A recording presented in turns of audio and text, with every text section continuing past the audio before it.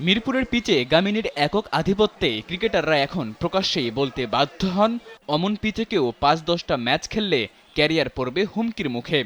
গামিনীর বিরুদ্ধে শুধু পিচ নিয়ে অভিযোগই নয়, উঠেছিল মাঠকর্মীদের টাকা মেরে দেওয়ার অভিযোগ। তবে সবকিছুকে বুড়ো আঙুল দেখিয়ে গামিনী এখনও রাজত্ব করছেন দেশের ক্রিকেটে। দেশের রাজনৈতিক পট পরিবর্তনের রেশ ধরে বিসিবিতেও আসে পরিবর্তন। বিতর্কিত বোর্ড প্রেসিডেন্ট থেকে শুরু করে বেশ কয়েকজন পরিচালকও বাধ্য হয়েছেন সরে দাঁড়াতে। তবে একমাত্র বিতর্কিত ব্যক্তি হিসেবে বিসিবিতে দিব্যি আছেন শ্রীলঙ্কান এই পিচ কিউরেটর।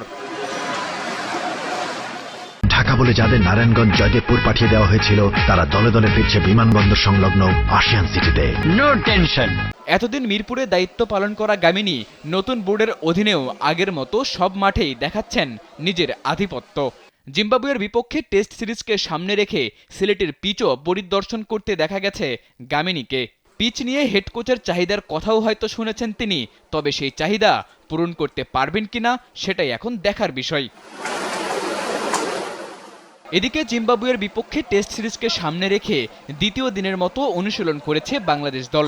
দিনের শুরুতে জিম্বাবুয়ের অনুশীলনের শিডিউল থাকলেও বৃষ্টিতে খুব একটা সময় পায়নি সফরকারীরা। তবে বাংলাদেশ অনুশীলন করেছে একদম নির্বিঘ্নে। টাইগারদের অনুশীলনে ব্যাটিং বোলিংয়ের থেকে ফিল্ডিংকে দেওয়া হয়েছে বাড়তি গুরুত্ব।